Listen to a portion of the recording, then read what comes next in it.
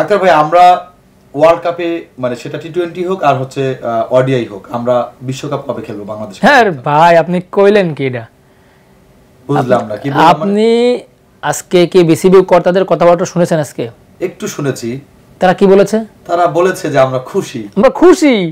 আপনি ভক্ত হিসেবে হয়তো চাচ্ছেন যে বাংলাদেশ আরো ভালো করতে পারতো, সেমিফাইনালে উঠতে পারতো বা আরো এগিয়ে যেতে পারতো, আপনি এই প্রত্যাশা করতেছেন না। তারা বলতেছে আমাদের সুপার 8-এ গিয়েছে, এটাই আমরা খুশি। আপনি কোথায় ফাইনাল, কোথায় শিরোপা, কোথায় সোনালী ট্রফি?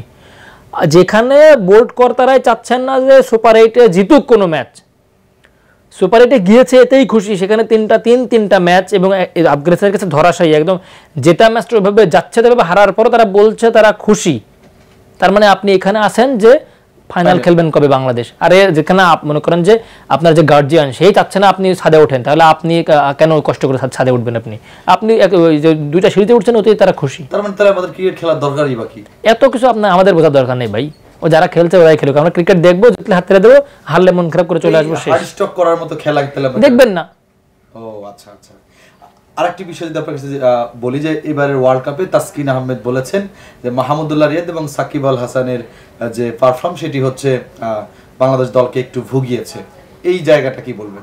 না, এক্ষেত্রে অবশ্যই আমি বলবো ভুগিয়েছে বলতে, যেমন একটু তারা সময় তাদের পারফর্মের উপরে ভর করেই কিন্তু বাংলাদেশ সুপার 8-এ গিয়েছে, এটা মানতে হবে। তাসকিন আহমেদ বুঝে বলুক বা না বুঝে বলুক, শ্রীলঙ্কার সাথে যদি ম্যাচটি দক্ষিণ মাহমুদুল্লাহ যদি ওপারে না থাকতেন, মানে ক্রিজে না থাকতেন, তাহলে ম্যাচটা বের করা অসম্ভব। যদি আমি বলি তাহিদ হৃদয়ের ওই যে ছক্কাগুলো বা লিটন দাসের যে একটা ইনিংস, এটা যদি মাহমুদুল্লাহ ক্রিজে না থাকতো তাহলে অত ম্যাচটা জিতে আসা সম্ভব হতো না। মানে নেই যে আফগানিস্তানের কাছে ম্যাচটা কিন্তু জিতে আসা সম্ভব হয়নি। আমি সেটাই তো বললাম, যেখানে মাহমুদুল্লাহ সাকিবের যে দোষটা দেয়া হচ্ছে, মাহমুদুল্লাহ এবং সাকিবের যে অফ ফর্ম, এই অফ ফর্ম যদি থাকতো, ওরা যদি মানে আমাদের যখন ডি গ্রুপে আমরা যখন খেললাম, যদি শ্রীলঙ্কার সাথে প্রথম ম্যাচ না জিততো আর নেদারল্যান্ডসের বিপক্ষে সাকিবের 64 না করতো, তাহলে বাংলাদেশ ওখান থেকে বিদায়। তাহলে এই যে দুজনের মানে বলা হচ্ছে বাকি ম্যাচ তারা খারাপ খেলেছে আমরা মানি, কিন্তু বিশ্বকাপে সুপার 8-এর জন্য তো এই দুটো ব্যক্তির অবদান আছে। অবশ্যই সুপার 8-এ ওঠার জন্য এই দুটো ব্যক্তির অবদান মানতে হবে এবং আমাদের বোলাররা ভালো করেছে, এটা কিন্তু আপনি অস্বীকার করতে পারবেন না। তাদের উপর শব্দ চাপাই দিলেন না, এটা হচ্ছে আপনি যখন আপনি তো আপনাকে যখন সাংবাদিকরা ক্যামেরায় বুম ধরবে, আপনার সামনে যখন একটা কিছু একটা বলতে বলবে, আপনাকে কিছু বলতে হবে। আপনি এখন এমন কারোর উপর দোষটা চাপাই দেন যেন সেটা মানে স্টেবল হয় ব্যাপারটা। মানে ওই জন্য সাকিব এবং মাহমুদ সিনিয়র, মানে আপনি ঢাল হয়ে গেলেন কি সাকিব তামিমকে সামনে দিয়ে ঢাল হয়ে আপনি বাঁচলেন, ব্যাপারটা হচ্ছে এরকম।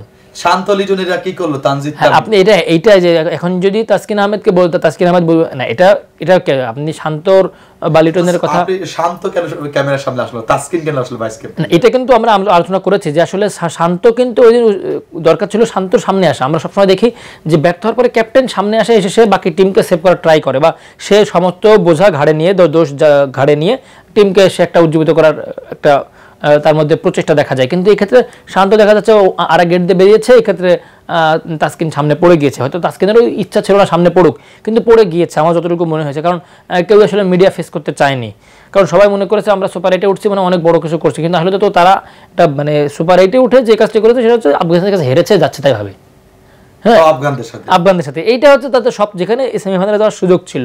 তাই বলছি যে আসলে আমরা স্বপ্ন দেখে লাভ নেই বা দোষ দিয়ে লাভ নেই। মানে তাসকিন একটু বুদ্ধিমত্তা খাটিয়ে মানে সাকিব এবং মাহমুদুল্লাহ সামনে এনে তারপর তারা একটা ব্যাপারে একটা সেভ করেছে, চাপাই দিয়েছে। তোমরা বড় ভাই, তোমরা বুঝো। এমনিতে দোষ কিন্তু তাদেরও আছে। মাহমুদুল্লাহ কিন্তু আমি বলি, মাহমুদুল্লাহ কিন্তু চাইলে ম্যাচ ফিনিশ করে আসতে পারতো, কিন্তু সে অনেকগুলো ম্যাচে বারবার ডোবায়, শেষ মিনিটে যে বারবার ডোবায়, মানে জেতাতে যে ম্যাচটা হারিয়ে ফেলে। এটা একটা আমরা বারবার দেখেছি।